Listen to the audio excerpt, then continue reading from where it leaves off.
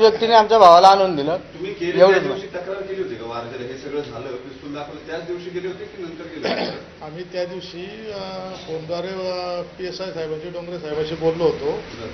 त्यानंतर ते म्हटले की तुम्ही रितसर कंप्लेंट द्या. त्यानंतर आम्ही पावताना रितसर CNC नोंदवलेली आहे. या हगवण्यांचे म्हणजे तुमच्या जावयांनी तुमचे काही व्यावसायिक संबंध असलेल्या कुठल्या बांधकाम व्यावसायिकाकडे जाऊन परस्पर पैसे वगैरे मागितले होते असं काही आहे का? हो, त्यांनी मागच्या वेळेला 1-2-4 महिन्यापूर्वी आमच्या भावाकडे 2 कोटी जमीन खरेदीसाठी मागितले. त्यावेळेस जमीन खरेदीसाठी माहिती ते आमच्याकडे नाही म्हटल्यानंतर ते बांधकाम व्यावसायिकाकडे गेले. तो आता याचा भाग आहे सगळा, कोर्टाचा भाग आहे. कोर्टाचा भाग आहे. कोर्ट विचारेल, त्याचं निष्पन्न होईल.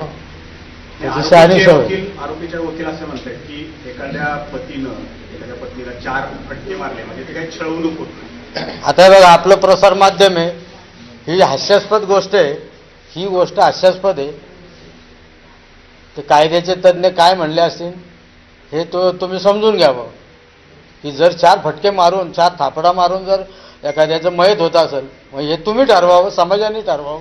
6 दिवस त्याला मारहाण होत होती आणि त्याला जर याचं ते म्हणत असेल की 4 थापडी, तर आता तुम्ही प्रसारमाध्यमांनी त्याचा निवाडा करावा.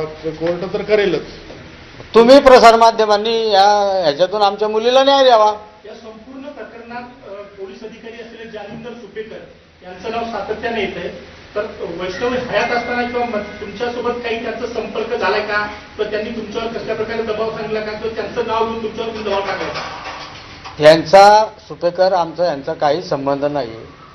त्यांचे मामा आहेत हे आम्हाला सांगितलं गेलं आणि त्या मामाच्या जीवावरती आम्ही काहीही करू शकतो असे शशांक हगवणे माझ्या घरी येऊन 2 कोटी रुपये दिले नाही म्हणून मला धमकी देऊन गेलेले.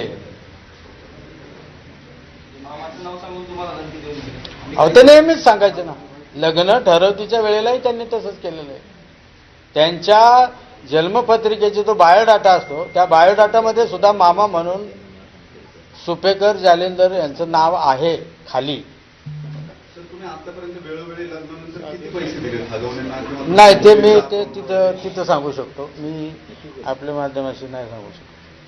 आणि ते काल आणखी असंही म्हटले की त्यांनी एका जमिनीच्या व्यवहारासाठी वैष्णवीला तुमच्याकडे आणून सोडलं होतं कुठलीही मागणी न करता. त्याचा नेमका खुलासा काय? हक्क सोडा आधी. आता हे बघा, हे न्यायप्रविष्ट आहे.